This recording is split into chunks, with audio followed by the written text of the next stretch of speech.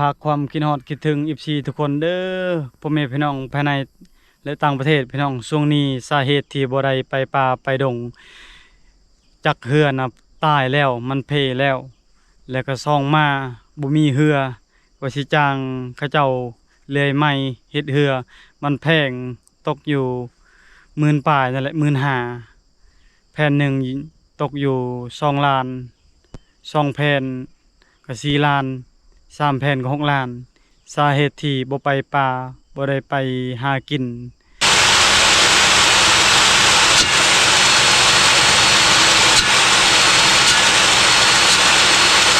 สวัสดีเจนี่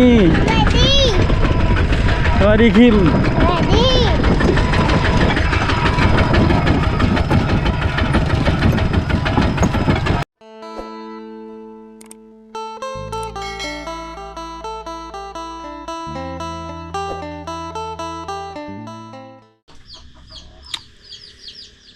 สบายดี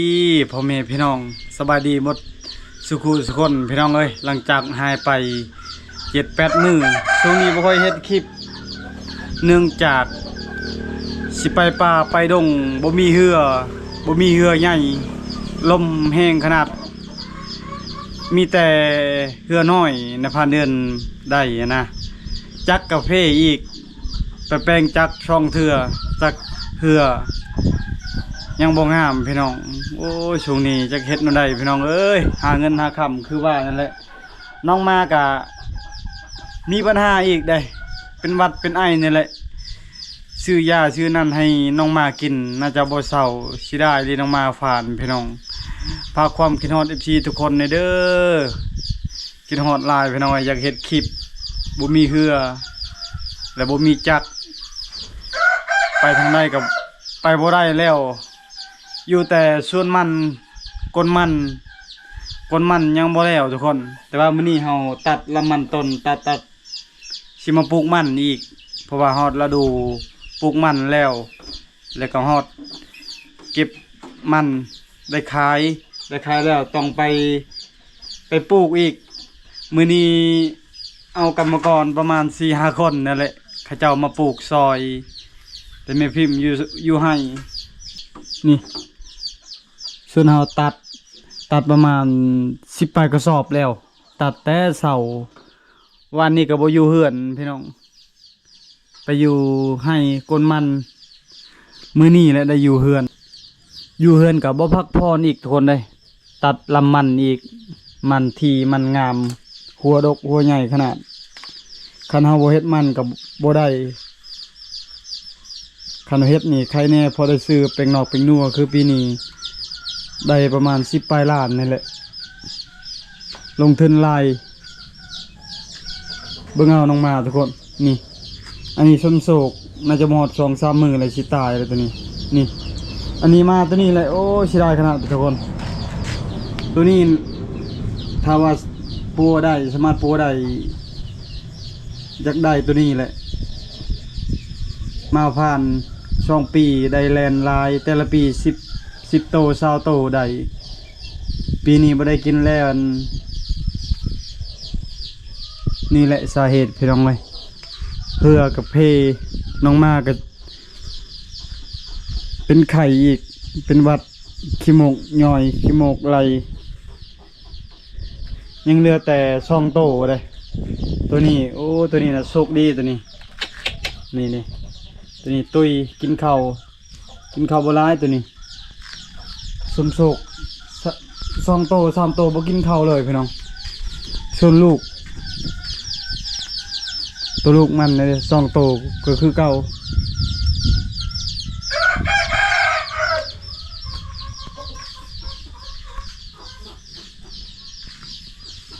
น่าเสียดายหรือซื้อยาซื้อหยังซื้ออิ่มลอยดินเขาเจ้าว่าให้กินน้ำส้มน้ำหวานน้องมาเศร้าเขาก็ซื้อน้ำส้มน้ำหวานอีกก็คือเก่านี่ตัวนี้แหละเคยได้แลนในไซย้อนแลนช่วงนี้บ่ไปใส่พี่น้องคิดฮอด FC ทุกคนนั่นแหละ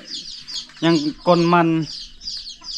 ปีหน้าแหละถ้าว่าได้เงินได้คำเฮาสิเฮ็ดเรือใหม่อีกแล้วก็ซื้อจักรใหม่อีกบ่มีเงินยอมรับบ่มีเงินบ่คือ ตอนในพันเดือนซื้อจักรบ่แพงช่วงนั้นซื้อจักรความแหง275 ล้านชั่วโมงนี้10 ปลายล้านแล้ว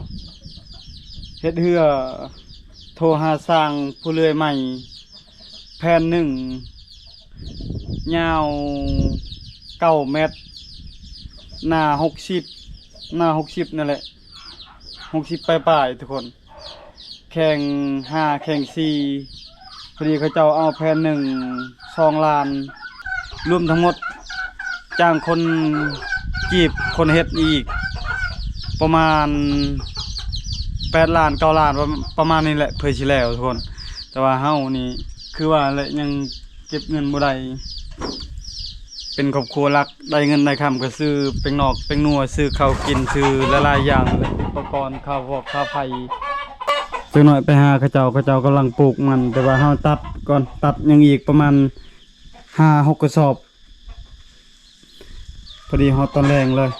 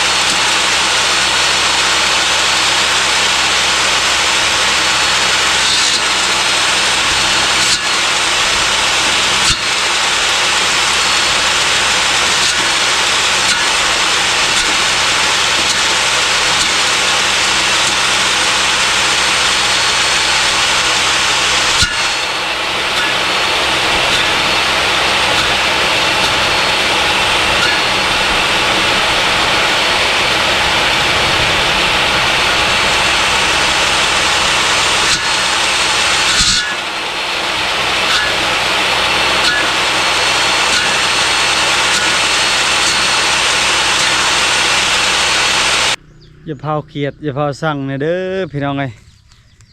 ขอบใจสำหรับคอมเมนต์ด้วยมาตลอดแล้วก็เบิ่งคลิปขอให้สุขภาพแข็งแรงเด้อพี่น้อง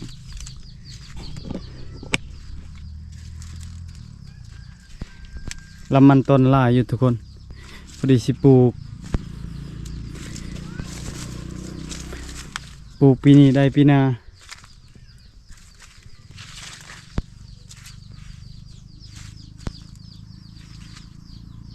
พอดีชอบชวนเลยพี่น้อง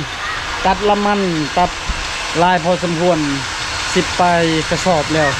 ที่มาปลูกมันอีกเก็บเบิ่งคือคนสิตกมือนี่พี่น้องจนนี่สบายดีจนนี่สวัสดีคิม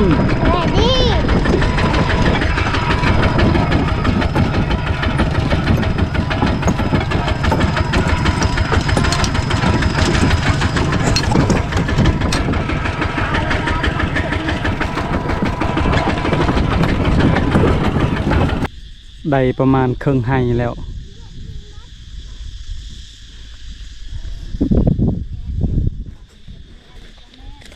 คิมี่เป็นระบคิมี่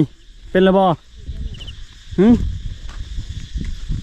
ได้แล้วบ่คิมี่ได้แล้วเบิ่งขี้ซอนนี่แบบนี้นี่แบบนี้กับพวกนี้มันเป็นตาแบบนี้เบิ่งคิมเอาเลยได้แล้วจะนี่ได้จะนี่เป็นบ่จะนี่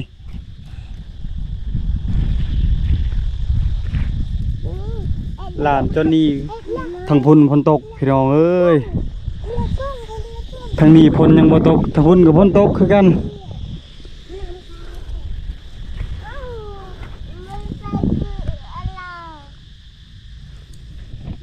มันทางนี้บ่ทันได้กลเลยกลมันยังบ่ทันแล้วทางนี้กลแล้วปลูกอีกปลูกต่อ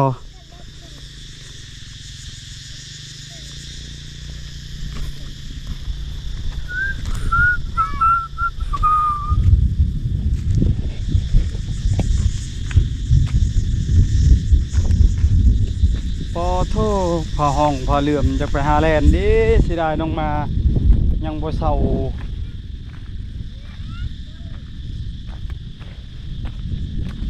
แพงน้องมานี่ซ้ำกับคนเลยทุกคนแต่ว่าน้องมาเกือบ2 อาทิตย์แล้วบ่เศร้าตั้งแต่ไปกับไอดอนไปป่าน้องมาบ่เศร้าเลย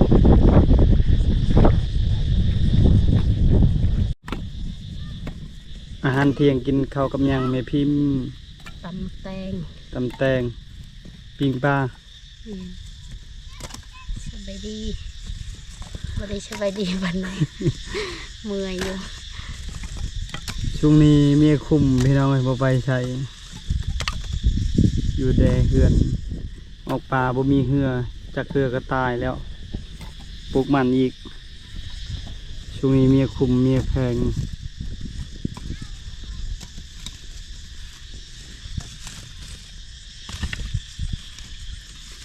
เอาบ่มีก็ยังแล้วเลยเนาะ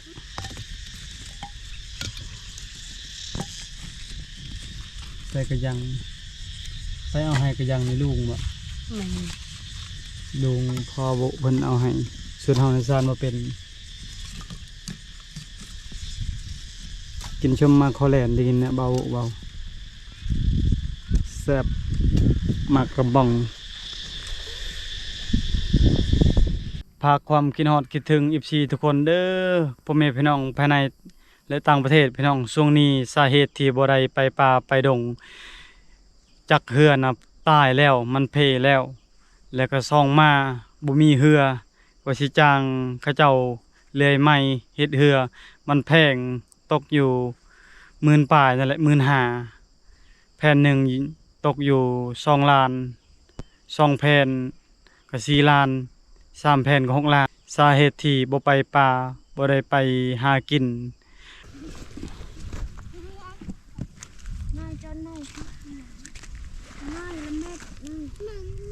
โอ้โหถึกดินแข็ง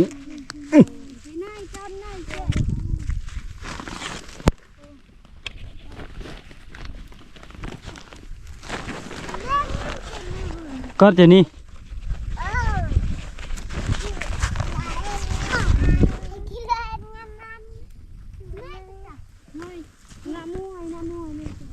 น้ำมันนี่นี่โจนี่เด้อวู้นี่เยอะคือ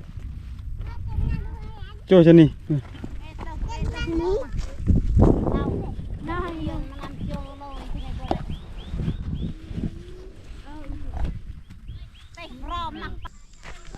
ปลูกมาแต่พุ่นพี่น้องใกล้จะแล้วยังอีก1 โมงแล้วตอนนี้เวลา6 โมงแล้วพี่น้อง5 โมงกาย6 โมงยังพาห้องอีกแล้วฝนบ่ตก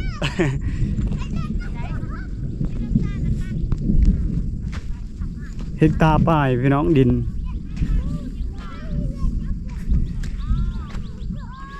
ปีนี้สิลงทุนปลูกมะวิกแน่ทางให้แล้วปลูกมะวิกคือละอังกันเททางนี้จอนี่ฮะปอแถวนี่แถวนี่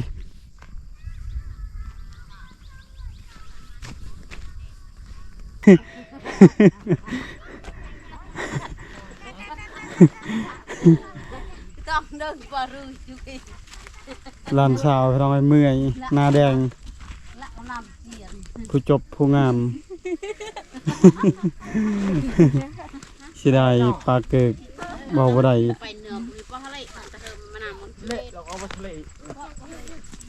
ลานเราต้องเมื่อยบ่ต้อง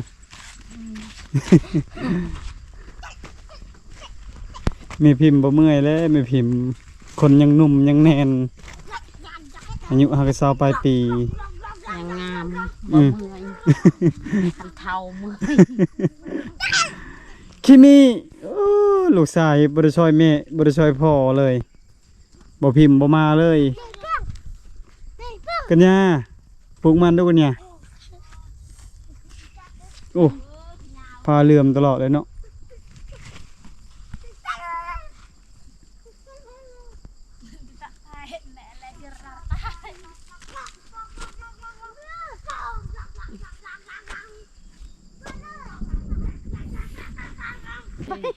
โอ้ผู้สาวยังหนุ่มได้ผู้สาว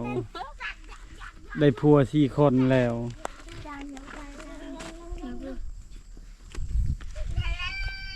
ผู้สาวสมัยนี้บ่ฮอดอายุ20 30เท่าแล้วผู้สาวตะกี้บ่ได้ผัว4 คนยังหนุ่มกันยาปลูกไหมกันยาเอ้ยปลูกมันเด้อกันยาเด้ออยู่ให้อยู่สวนพี่น้องช่วงนี้บ่ไปใส่คิม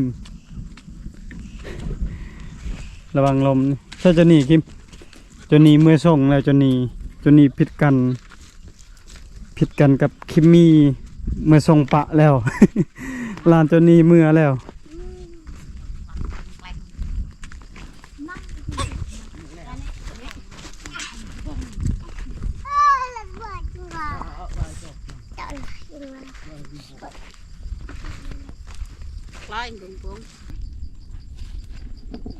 แล้วสำเร็จแล้ว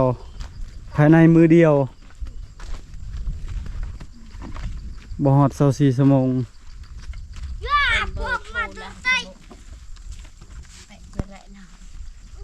จูอันตัวตอน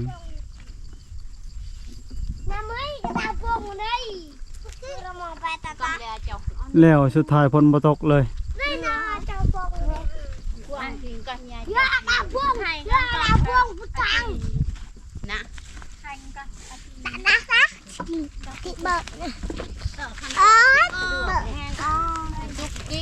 เมื่อได้จังหวะได้อาบน้ำเด้อมันบ่นอนบ่หลับเลยเบอร์คลิปเห็นบ่ปูตู้บ่ได้ใส่ยา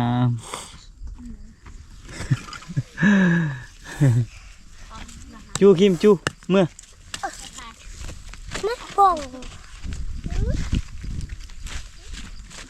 มันกระแทกต่อไปดีเลย บายบายมีพิมพ์ บ๊ายบายเมื่อ ตะตัวเดิมตะ ดีใจแล้วขอบใจพี่น้อง โอ้ ขอบใจเมียปัดแล้วเอ็มเมีย กดมันเบิ่งนี่กดมันแล้วก็สิปลูกเบิ่งนี่อีกคนนี่มันหัวใหญ่หัวดกคนตางอนเนี่ยเอ็ดช่วยเนี่ยเอ็ดเนี่ยเรียกบักควายเนี่ยเอ็ดออกไม่นอนรักเกิดอยากรักอะไรเอาไว้ให้กูกินเลยเด้อแบ่งให้กูเด้อแบ่งโกแบ่งกาแล้วข้าจูบดงตอนนี้ขอเวลาพักผ่อนก่อนพี่น้องให้เดินทางกลับพักความคิดฮอดคิดถึงเนี่ยเด้อพี่น้องเอ้ยภายในและต่างประเทศคิดฮอดทุกคนนั่นแหละอยากถ่ายให้พ่อแม่พี่น้องได้เบิ่งไปหาอยู่หากินเลาะป่าเลาะดงเลาะหาแลนเลาะยิงนกยิงกระหอกแต่ว่าบ่มีเรือบ่มีจักรช่วงนี้บ่ค่อยเข้าป่าสาเหตุที่บ่ไปป่าและบ่เฮ็ดคลิปพี่น้องบ่มีเงินเฮ็ดเรือแล้วก็บ่มีเงินสิซื้อเรือจักรนะจักรเรือมันเพแล้วแล้วก็เรือตัวเฮาเอาไปป่าไปดงเขาเจ้าเอาไปเองนะเขาเจ้าไปเรื่อยไม่หาอยู่หากินคือเฮานั่นแหละแต่ว่าเฮาบ่ได้เช่าต่อปกติเฮาก็เช่าเรือเขาเจ้าก็สำหรับคลิปนี้บ่มีหยังมาพักมาตอนเด้อก่อนอื่นหมดขอบใจทุกคนที่เข้ามาติดตามแต่ตอนจนจบถ่ายคลิปให้เล็กๆน้อยๆคลิปสั้นพี่น้องไปพอกันวิดีโอหน้าบาย